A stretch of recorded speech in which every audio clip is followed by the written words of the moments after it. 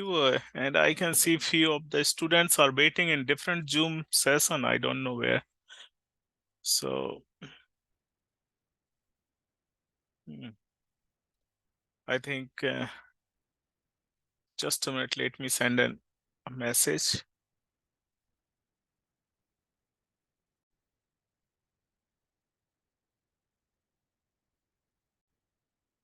Okay.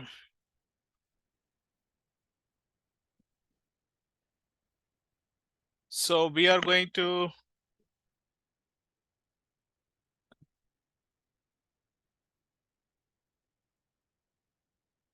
can you see my screen? Yeah. Yes. Okay.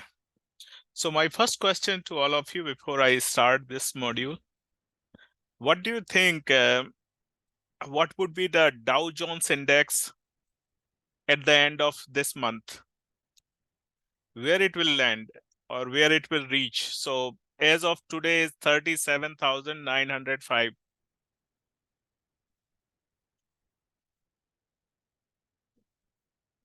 I mean, I expect answer from everyone. 38,000. Okay, you are saying just 100 points more. So, Sure. so you are saying any other answer? I'm sorry, I did not hear the question. Can you repeat? So today is 23rd of January. What would be this Dow Jones index on 31st of January? Depends what might happen in New Hampshire tonight. Okay. So any other guess? I just guess, because based on that, I can kick off the topic. So somebody said 38,000. Okay, I got it. 37,906. Okay, 37,906. $1, please. 30. Okay, not 30,000. So basically, you are giving the answer like exact point. What is your confidence level? How confident you are that it will be like 38,000 or 37,906? How confident you are? Well, I have a question. How are you making that estimation? Based on your gut feeling, based on your understanding of Oh. stock market or your knowledge about the stock market, or just based on your opinion, understanding. Let's go 68%. Or Okay. K1. Okay, so I got the answer here. Basically, let's say you live in Spokane and you drive from Spokane to Seattle. In what time you will reach from Spokane to Seattle? What would be your travel time from Spokane to Seattle? Only Distance and about speed. 4.5 hours. Okay, so here somebody gave the, 2.5 hours. So basically we can't guess or we can't predict exactly the same, like you said, 38,000. I'm not sure, we can give the range always. What would be your GPA at the end of this MBA? So you can't say your GPA would be 3.84 or 3.91.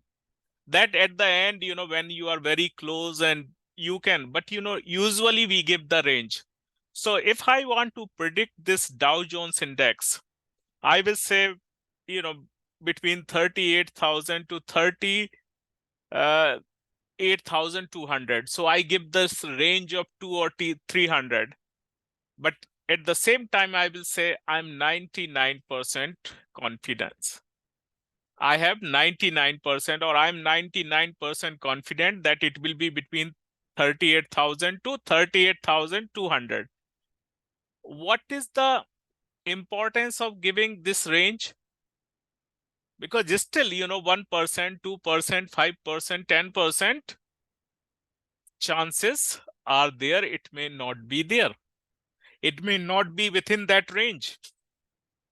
So probability is that is still, let's say I say 95%, I'm 95% confident it will be in this 38,000 to 38,200. Is still 5% chance it may fall below 38,000 or it may go above 38,200. And so similarly, like somebody said, he's 68% confidence. Good, you know. So basically, you know, higher means you are less confident. That means higher risk of going above or below the range. So basically we are learning today about confidence interval. What is the confidence interval? Whenever, you know, you are asked to give the answer, you know, we can't give exactly the same answer like, you know, I will reach from Spokane to Seattle in 4 hours, 2 minutes, 10 seconds. No, we can't say. I will say between 4 hours to 5 hours, I can probably reach, you know, depending on the traffic and this. So basically it's always safe to give the range. And also simultaneously along the range, I'm 90% confident, I'm 95%, but 5% chances are beyond your control, beyond your prediction, isn't it? So that's why I asked this question. What would be the Dow Jones at the end of January 2024? And now I ask this question again to all of you. What would be Dow Jones index on 31st January 2024? And give me the answer with your confidence level.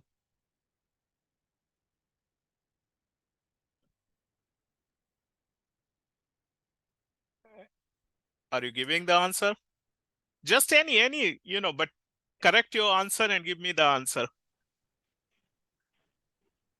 Or any opinion, not exactly, any opinion, any guess, any gut feeling. I am 99% confident it will be between 0 and 100,000.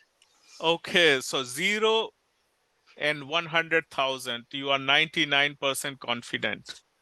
So basically, you know, this is a little bit, you know, 0 to 9. So only 1% chances that it will not be in this range. You are correct because, you know, it will be 99% confident. Even you can say 99.9999999. You can say, you know, only 0.00001% chance will be there. It may not be in this. Okay. So basically, you understand the second concept here. Higher the range, lower is the risk. So if you go from here to Seattle in between 4 to 6 hours, means you have high range, means you have less risk. So now with this we start. I hope you understand what we are trying to learn in this module.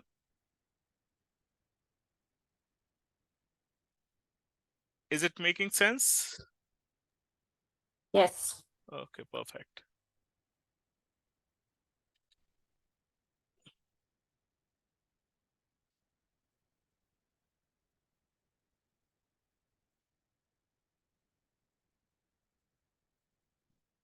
So let's say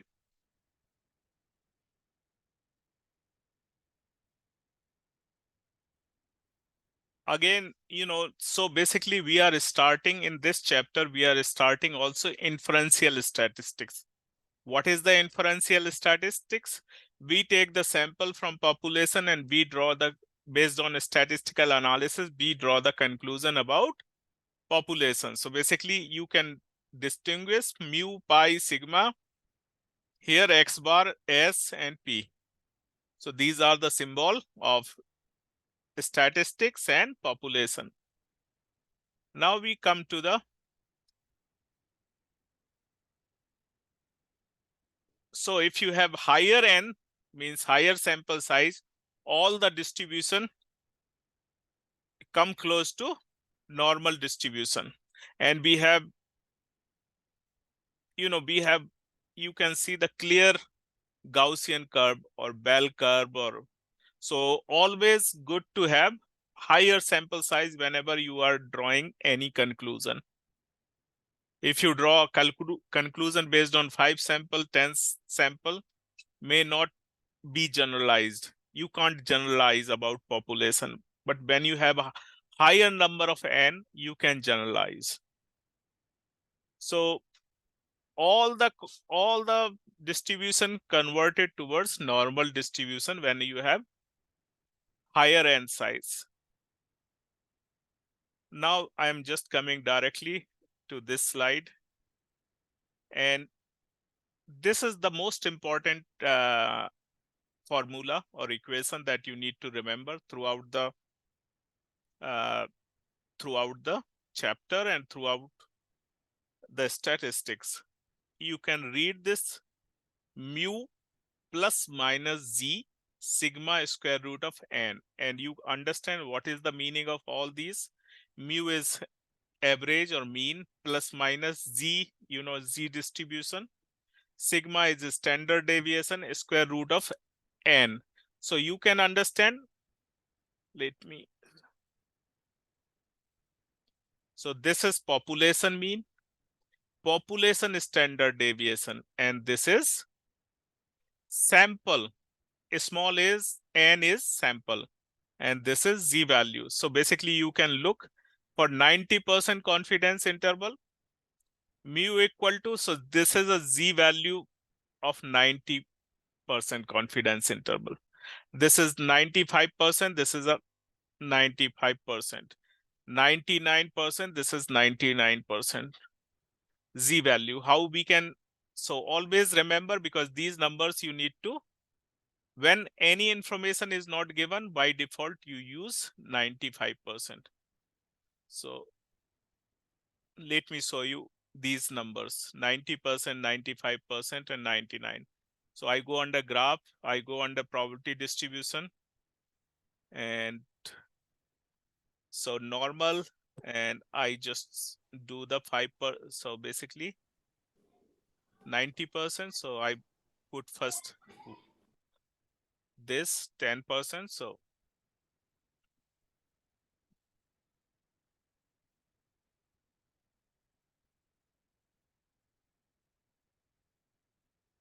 So you can see minus 1.645 to plus 1.645, and you can see plus minus 1.645 for 90%.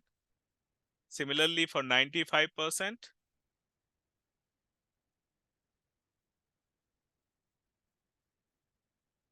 So 0.5, and you can see minus 1.96 to plus 1.96 for 99.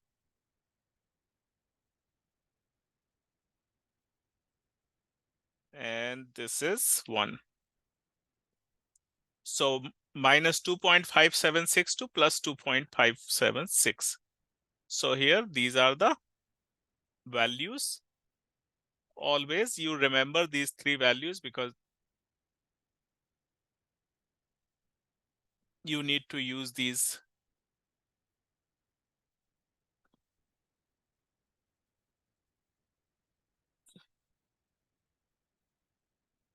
Okay.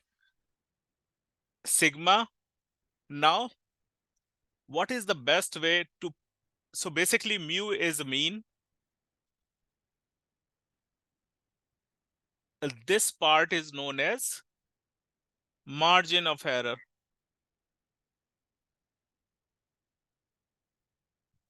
What is this? Is called margin of error. This is called margin of error, and margin of error depends on confidence value remains same, sigma and n. These are the two factors which are the decision factor for margin of error. That means sigma should be low if you want to predict precisely, if you want to find the precise confidence interval. What should be this? Because this will remain same, you want to keep sigma smallest. So sigma should be small and n should be higher, because if this is higher, this total factor will be smaller. If this is bigger, this n is higher, the entire factor will be smaller. If sigma is smaller, the entire factor will be, margin of error will be smaller. So it depends on two factors. One is standard deviation, other is higher. Therefore, higher the sample size and consistency in the data will make precise confidence interval. If you understand these principles, we are moving forward.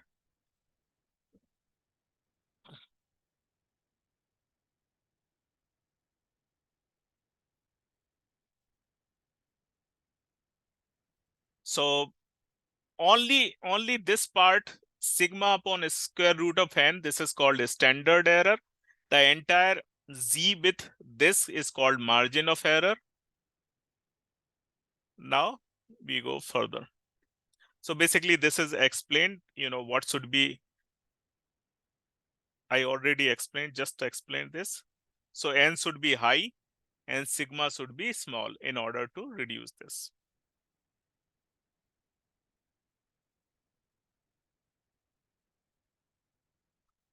Now you said that I'm 99% confidence that it would be between 1 to 1,000, 100,000 Dow Jones. So you see, higher the confidence interval, that means you have higher range. Because for 99%, Z value is 2.567. So higher the confidence interval, higher is the range.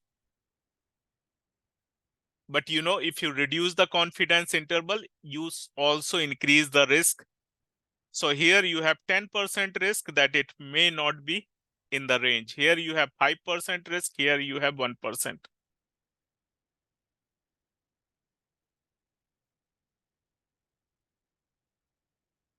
If this is clear. So why we are doing this? So let me give you one example here that I normally explain.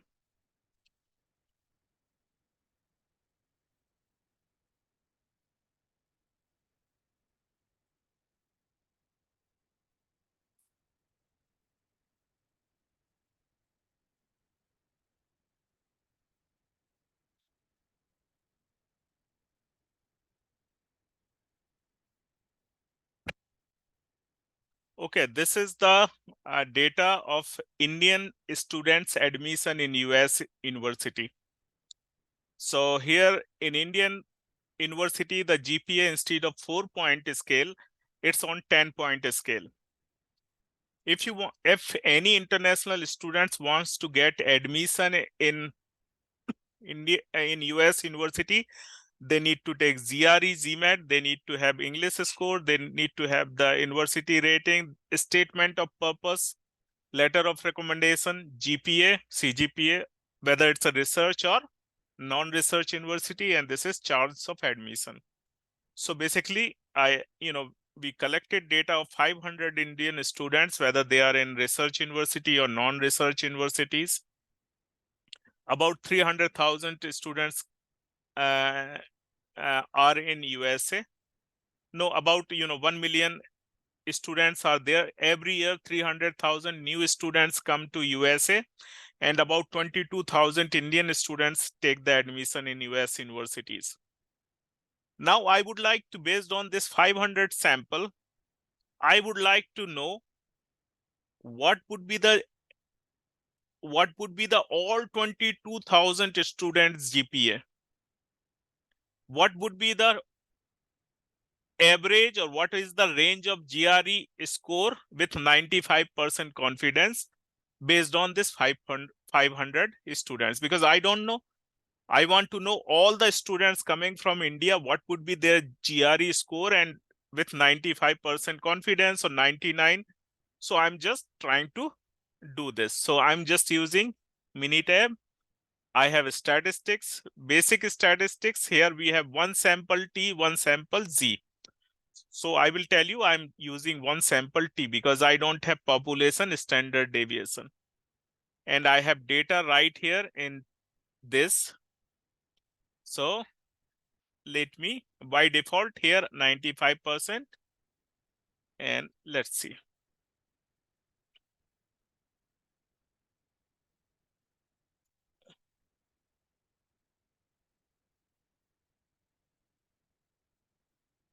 So here you see the answer. So the average of these 500 student for GRE is 316. Now I can get this answer. The answer is all the 22,000 students coming, their GRE will be in the range of 315.48 to 317.46. And I'm 95% confident their GRE will be in the range of 315.48 to 317.46. Is it making sense? Based on 500, is still 5% chance that it may go below 315.48 or it may go above 317.46. Is it making sense? Yeah, that makes sense. Yes. It seems like a very tight window though, to be 95% confident. Yes. So basically, based on this is the only two GRE score, and all the students, 22,000 students will be in this range.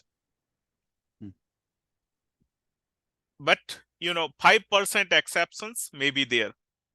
But let's see if I do the 99%. And oh, sorry, I have to do different one. So here basic statistics, one sample T, and again I do here 90%. And let's see. So basically you can see, oh, sorry, 95, 99 I have to do. So if you do 90%, this window reduce further, but you increase the chance of 10% risk. Now again, I do the same thing. And now I change to 99. You will have, so this 315.16 to 317.778, which is about 2.6. The difference is about 2.6. So for 90%, 95% is about 2. For 95%, it's about 2 GRE score. For 99, you have about 2.5. For 90%, you have almost 1.8. If I'm correct, 6, 3 plus 3. So 1.6. So I'm 90% confident it will be in this range. I'm 99% confident it will be in this range. So similarly, you can do for anything like, Dow Jones index you have. So what you can do, I mean, this is my simple suggestion to all of you. You can download this data.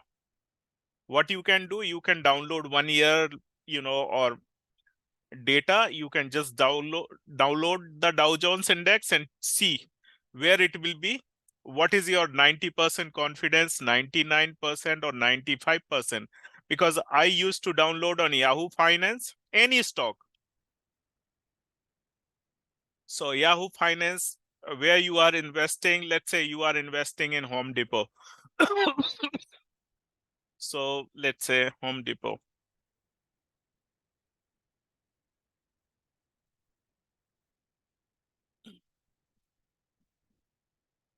So $350 is the stock price, and you can download for max, or you can download for last 1 year or whatever, and try to see what is the confidence interval. What is the interval for 99, 95 and all. So you can do this. I will teach forecasting and investment analysis in next class, but this is just for. So hope you understand the concept. Now I'm just going in the technical part, which is a different equation, different way of dealing this problem. So now we have So basically, this is Z distribution. Now we have T distribution.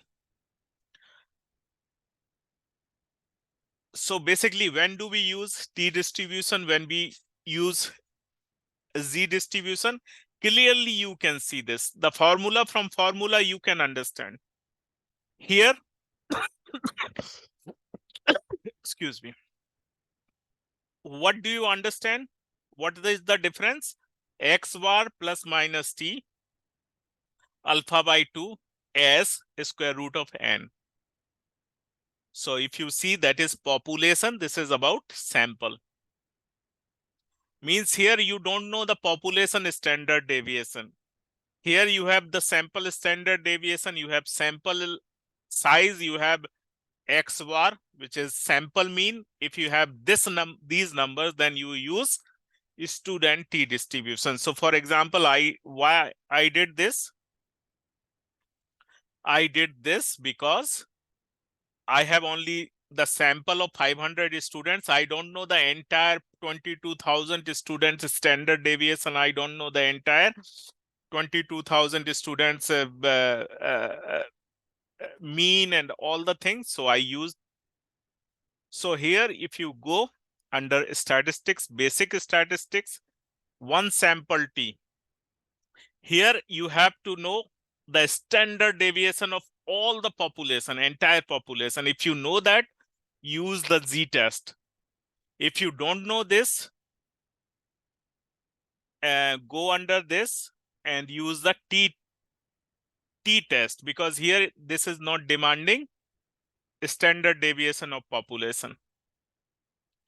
Is it clear that? And you can get the Z value for 95%, 99%. One or two question is there where you are using Z value for calculating, but you are changing to T or T to Z. So let me show you. So instead of normal, go for T. Degree of freedom. What is degree of freedom? Degree of freedom is sample size minus 1. So if there are, for example, 500 students here, 500 minus 1, 499 is degree of freedom. So degree of freedom is equal to n minus 1. So basically, for a small n, we use T distribution, because if you go for 30 or more sample size, Z value and T value are very close to each other. And that I will demonstrate here. So if you have like 50 sample size, you can use Z value. But if you have sample size 15, 20, 21, 25, always use this. So let me demonstrate this. So T value, let's say I'm just using for 21. If I have 22 sample size, shaded area, I'm just again going to show you 5%. So, and let's say, so this is T value plus minus. So you have to change that from Z to T in the formulas, which is here. You have to put this value. X bar, you can clearly get the mean from the sample. You can clearly get the mean from the sample. You can clearly get the standard deviation from the sample. Just you have to use the T value, or T value also comes. So what are the options we are using? Statistics, one sample Z, if you know the population standard deviation. If you have sample and sample information is given, then use the sample. Now there are two ways to do that. One is you have the entire data here in the sheet. You can directly pull the, you can directly select the variable and you can do this. But if you don't have, then you can do the summarized data. Means in question you have mean, you have a standard deviation, size and all, then put the summary of that. So Z similarly, for if I do for, or I show you the T statistics, basic, one sample. So I have the data right here. So I can select the variable. If I don't have the data, I have the question which is given in MCQ, and you have summarized data, put the values here. Mean, size, standard deviation, all put here. Select the confidence level and you are good to go. So this is T distribution, Z distribution, T distribution. So degree of freedom, n-1, I already explained to you. Now I can show you, for example, n equal to 31, the degree of freedom is 30. So the difference, Z value is this, Z value is 1.645, T value, which is slightly larger, very close to. So if you have higher sample size, you can use Z value. And let me show you the T distribution.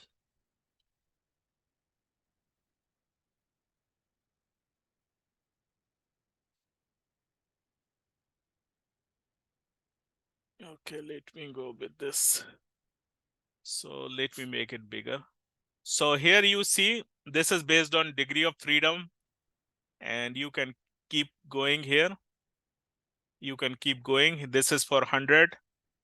And this has no Z value. So T distribution, let me show this one. Probably this will have the, so you can see degree of freedom infinite. And here 5%. So this is 6.45. This is means Z value. This is again G value, Z distribution, Z distribution. So this is for infinite degree of freedom, means large amount of sample size of n equal to high. This is this 1.96, 1.745. Let's look into the degree of freedom 30. So this is 1.697 for 31 sample. And this is 1 point, which is very close. And this is for 1000, 1.646, 1.645. So 1000 sample. So this is very close to each other if you have n significant enough.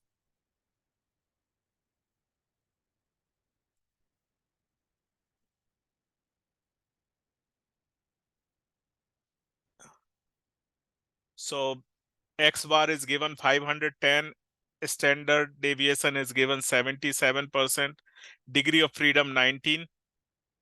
Then what would be the confidence interval? So let's do this. I go under statistics, basic statistics, T distribution, and summarize data. What is the sample mean? 510. 73.77 if I'm correct, and this is 73.77. And sample size is 20. And what we need 90%. So I just changed to 90%. Okay. And now we get the answer. 90% confidence interval is 481.5 to 538.5. So this is the range.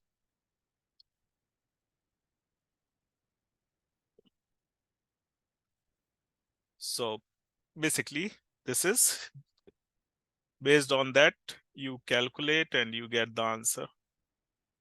So basically 481.48. We are 90% confident that true mean GMAT score in within the interval of 481.48 to 538.52.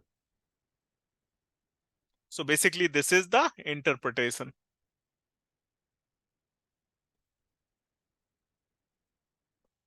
Okay, sure.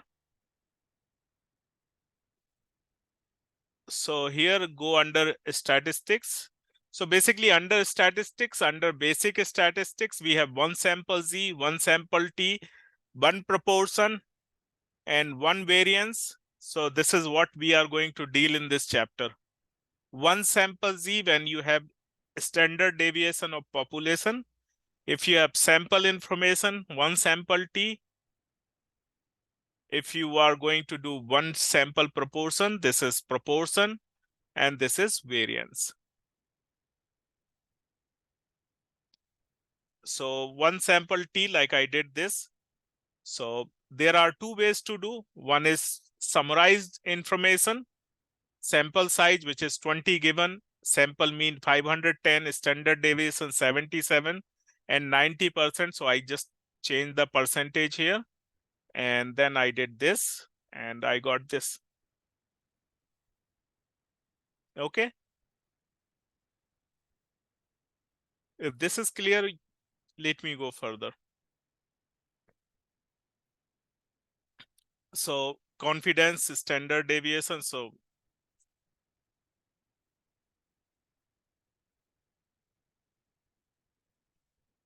now we come for proportion. The same thing is for proportion. You know what is proportion? Let's say here in this example, we have research university or non-research university. So how many applied for research university? How many applied for non-research university? What would be of all 22,000 students proportion? What would be the range of proportion? So I go under this statistics, basic statistics. I go under proportion. Proportion means yes or no. So I go under research because research is, and I go under 90% or 90%, let it be. So here you can see, can you see my screen? The 280 applied for, research university, the proportion is 56% based on 500 sample, but with 95% confidence, all students research proportion will be between 51 to 60%. True proportion of all the students applying to US university, the proportion would be about 51.5 to 60.4. Is it making sense? Excuse me. So Professor, I have a question about that. Yeah, So go we're ahead. using the Z value or Z score for the proportion instead of the T, correct? Yes. So if we were to use Excel to calculate it based on the formula provided in the book, versus the calculator. So with the Excel, do you expect any type of like a decimal variance, versus the answer provided in the book? Variance from the book or Minitab or what you So Excel calculation versus the book answer. If I yeah. see a slight variance, is that expected? Yeah, so for example, like okay, I tell you how I set my fill in the blanks in the book, in the assignment part of the course. So let's say correct answer is 59.8. This is exact answer using this. So I have 5% margin of error. So let's say you are using Excel and you are going to get 59.8210. This is for example, because Excel gives like after decimal, it gives 10 more digit. So let's say this. So what would be my setting? I will set 59. My range would be 59.6 to 5060. So any answer will be within this range, So I use 5% margin of error in my answers in where I see, this is possible using Excel, little bit plus minus plus, little bit extra digit are coming or little bit slight difference. Then I always use margin of error. So, Thank you. so if you are using Excel, perfectly all right. If you are using Minitab, you will be perfectly all right. If you are doing correctly, slight difference from Excel to Book to Minitab to any other tool, all will be accepted. Excuse me. Got it. Thank you for clarifying. Yeah. And so, yeah, this is proportion. So now after proportion, we have one more important thing. Here you can. So basically, you remember this formula? So if sample proportion may be assumed normal if both n pi equal to greater than 10. Excuse me. And 1 minus pi is greater than 10 or equal to 10. We can assume the normality in this case because you studied the binomial distribution. When binomial can be normal, this is the condition.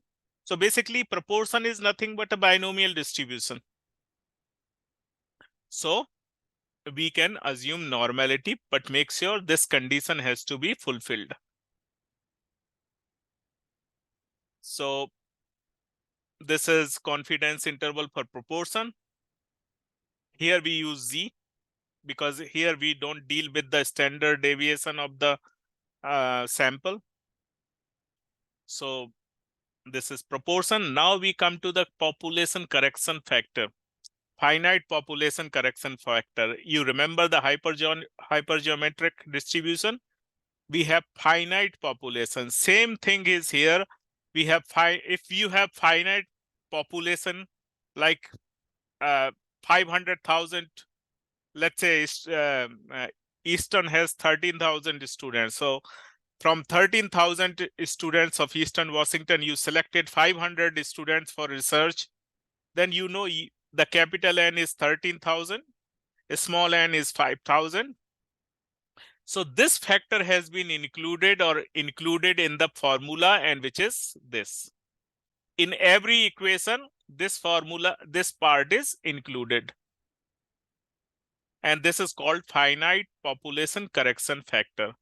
That means you remember this. For example, this is 13,000 minus 500 divided by 13,000 minus 1. That means this is very close to very close to 1. It will not impact much, but slightly this will impact. So if population size is given in the question, you need to include this. Now, after this, a very significant part, that how you can decide sample size. What should be the sample size? And this deals with sample size. Let's say you are going to do any research.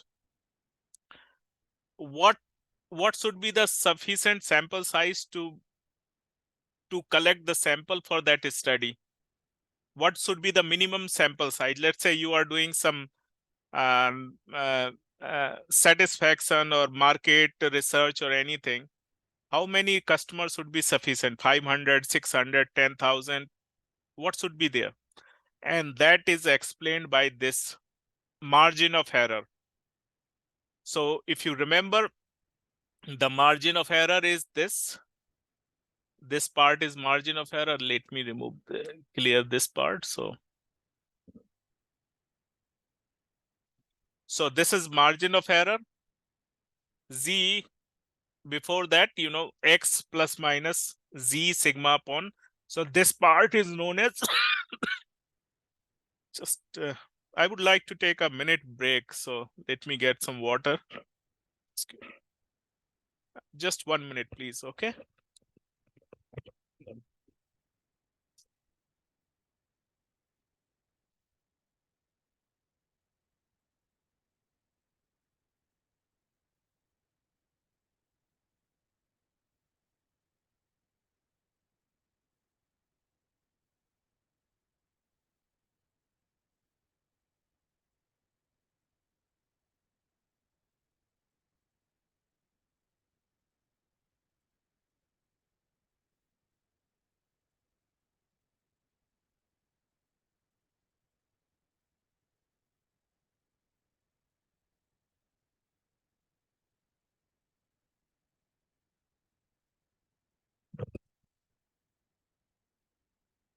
Okay, so this is called, now we want to get n. How we get? We do the square of this everything. So E square equal to Z square sigma square upon n. Now we bring Z on this side. We bring down the E square here.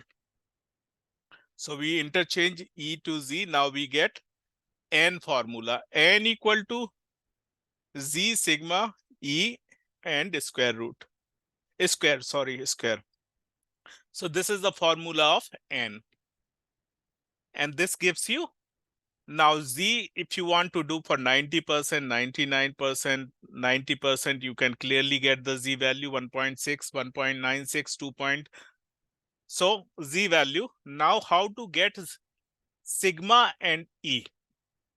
And this, so basically sigma, if you remember previous distribution, how we get the sigma over there, we can use the same principles to get the sigma, and margin of error, it is given in the situation. We can consider 5%, 10% margin of error, and based on that we can. So let's do this. So how we can get the sigma? If you remember, the range is 6 sigma. So I'm just giving one example here. So if you remember, mu plus minus 3 sigma is entire range. If you remember this, 99 empirical rules, 99.73% of data will be within this range, within 6 sigma range.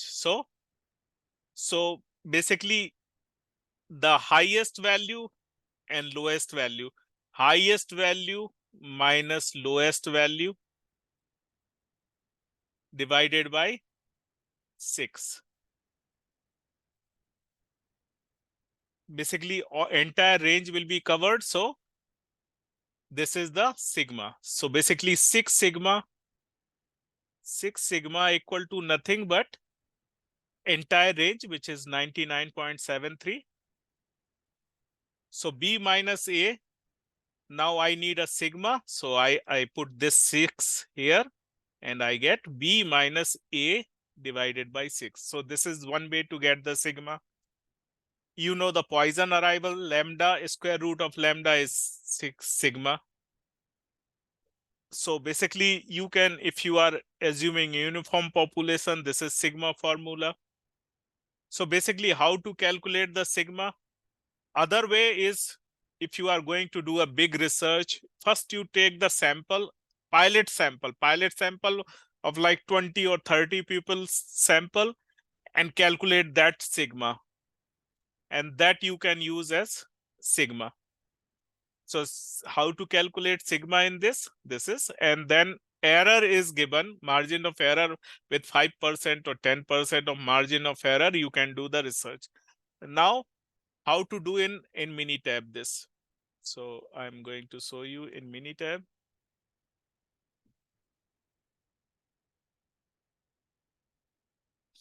If you go under stat, and here power and, can you see the power and sample size?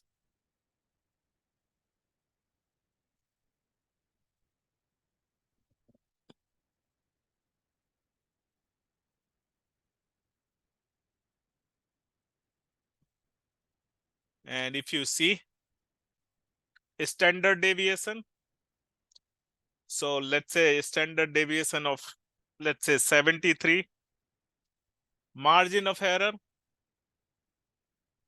will be given, let's say 10% of margin of error. And here we can use different, assume population standard deviation, we don't know. So we can put here, the sample size should be this much if margin of error is 10%. So basically you can calculate based on different power and sample size estimation. So here normal, mean, Poisson, here different options are given.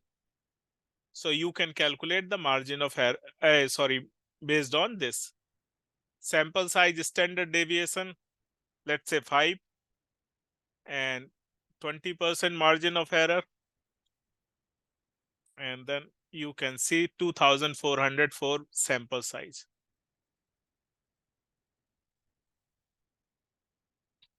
Yeah, one more thing is that when you calculate the sample size using Minitab, you will get different answer. When you calculate the sample size using hand calculation or manual calculation, it is different. However, both answer will be accepted in the fill in the blanks, because I set with such margin that both range will be considered in this. So basically Minitab gives a different answer, and that gives different answer manual calculation. So this is a difference you will observe. I don't know why this difference is there, to be honest, because they have different method or so. Now similarly, sample size determination for proportion, and here you can see same thing. If you know the situation or case is suppose is big enough, the scenario is big enough, you consider 50-50% proportion, and for that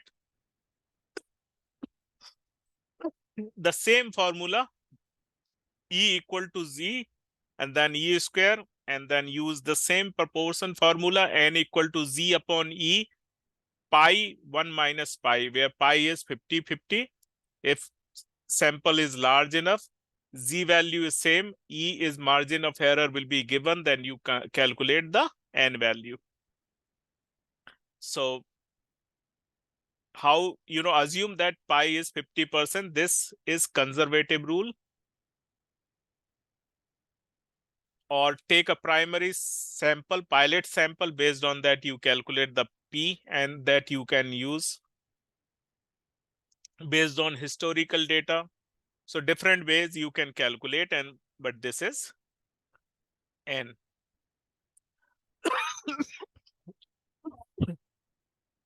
After that, there's another way, for variance. For variance, chi-square distribution is the one. If the population is normally distributed, the sample variance chi-square distribution. And chi-square distribution is again the chi-square. Variance is known as chi-square, and sigma is known as standard deviation. So what should be the variance, in what range the variance of entire population will be there, and that can be measured using this option. So I have the data right here. So let me go with GRE score, because we know the standard deviation statistics, basic statistics, and I can go one variance, and I can go for GRE, and by default 95%, and you can go 95%. Chi-square is 10.6 to 12. This is the standard deviation, because 11.3 is coming based on sample. All 22,000 students, their GRE standard deviation will be between this. And how you can do the chi-square distribution, and because one question is based on that. So here you go, chi-square. And degree of freedom, let's say 21 for sample size. And this is, I did only one-sided. You can do both-sided, and you can find the lower value, upper value. So let me go with, again, probability distribution chi-square, and let me do this for both. So here this is lower value, this is upper value for chi-square distribution. So this is about chapter 8 and module 4. If you have any question, please feel free to ask. One more hint I would like to say before. So many questions in the fill in the blanks, so that asking only plus minus value means they are not asking including X value. They are asking. So let me show you this. So if you read the question, you will clearly understand. Let's say I'm just going to focus here. They are asking plus minus. What would be the plus minus? So plus minus, they are asking only this value. Means you can get the value of this, only this value, but Minitab is giving including this plus and minus. Then how you can get the answer? So I'm going to show you. So let's say, what should be the value of plus minus? I'm just going to demonstrate here. For example, so this is mean. X var plus minus only this value. So basically this is minus with mean. So mean is 510 minus 481.5. What we are getting? We are getting 18.5. Sorry, 28.5.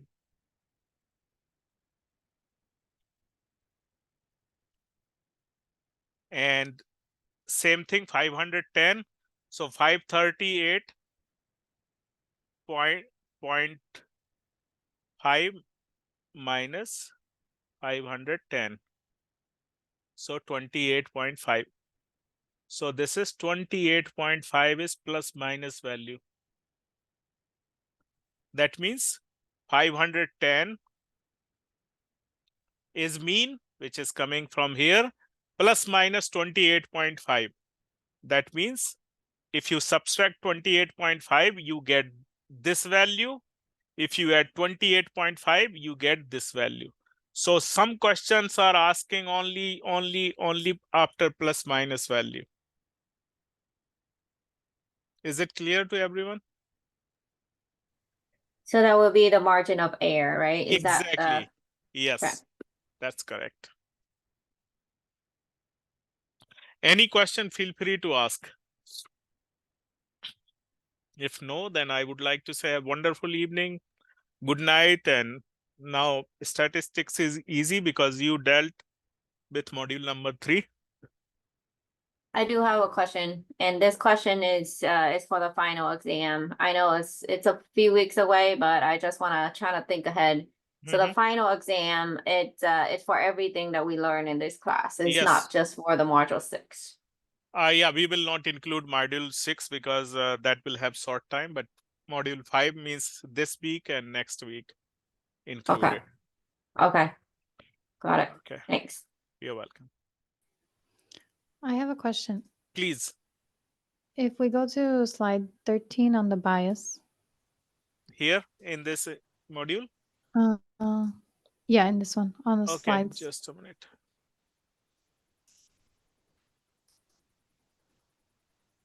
Mm. 13, 1-3. Yes.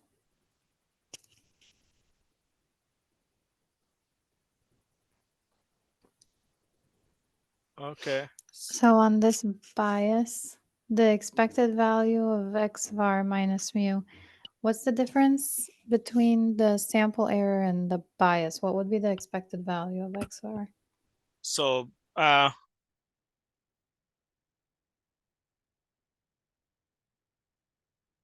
okay, so basically,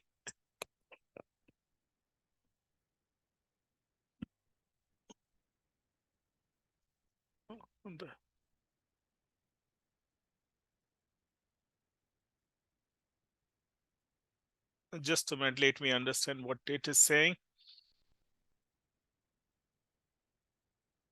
So when you estimate something, there may be bias or there may be inferential based on random sample, and then you do estimate the confidence interval. So the difference between expected value of the. Okay, so if you, let's say, if you have Eastern Washington University, 8,000 students. And Eastern registration has their information age. For example, age of all 8,000 students, clearly it would be X, or it would be, mu. Mu is average. When you take the sample, let's say 500 Eastern student, and based on that, if you infer what would be the range of what would be the 90% or 95%. So that is what. So based on this estimate or infer, let's say the age would be something mu minus or plus some value is coming. That is what it is saying. And let me explain one more concept that I forget, because I have to understand this slide very thoroughly to give you the clear answer. So just 1 minute. And Yeah, no problem. We can do it via email too. I was just no, just curious. so can you see my whiteboard? Yeah. Can you? Okay, let's try to understand what is the meaning of confidence interval.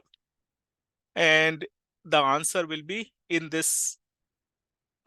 So let's say this is the true population mean. And this is like a mean. So let's say this is mu. You take 10 samples from the population. Sample one is coming here. Let's say sample one mean is X bar, and its confidence interval is, let's say, this. Sample two is coming, its mean is, let's say, here, and confidence interval is here. Sample three is coming, and its mean is, for example, here, and its confidence interval is covering this. Fourth is coming, let's say, here, and its confidence interval will be here to here. Fifth is coming, let's say, here, and it's, so take 10 of them. So 1, 2, 3, 4, 5, 6 is like mean is this, and confidence interval is this. Seventh, let's say, is coming here, and confidence interval is here. 8 is coming here. I'm just making because here, and its interval is here. Similarly, 9 and 10 is coming. So out of 10 sample, only one is not representing the true mean. Are you getting me? So out of 10 sample only, so 90% is representing true mean. Let's say you take 100 samples. Out of 100 samples, 90 are representing true mean, 10 are not representing true mean. True mean is this. Let's say I gave the example of Eastern students. This is a true mean. If you take one day 500 students, second time 500, similarly you take 100 samples, 90 of them are representing this true means. Means this range is covering, means this confidence interval is covering the true mean. 10 is not representing the true mean. So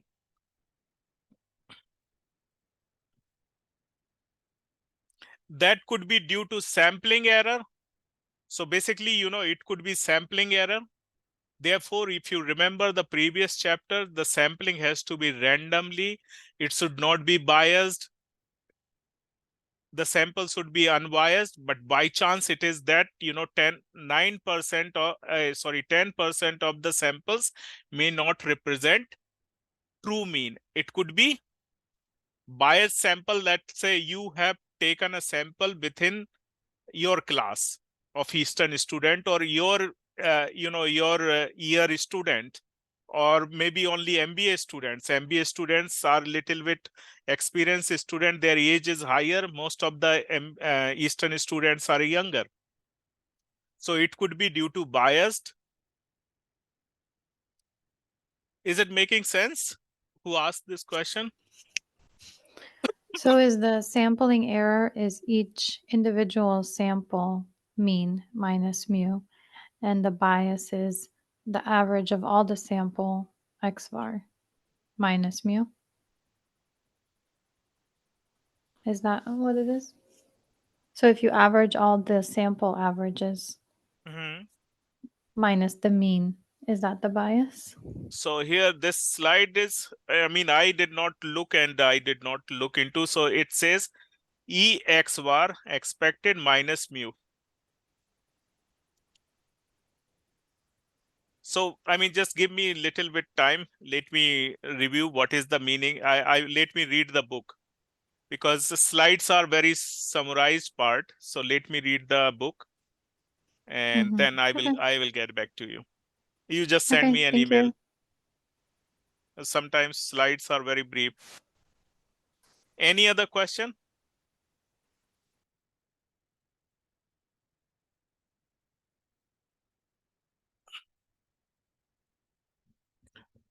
Christina is asking, there is also code for the final exam will be in Blackdown. Okay, no, I think I already spoke about it's a no lockdown browser, because you will be using Minitab, you will be using Excel, you will be using different tools. So no lockdown. Do you have any study material for the final exam? All the 6 modules are study material. Okay.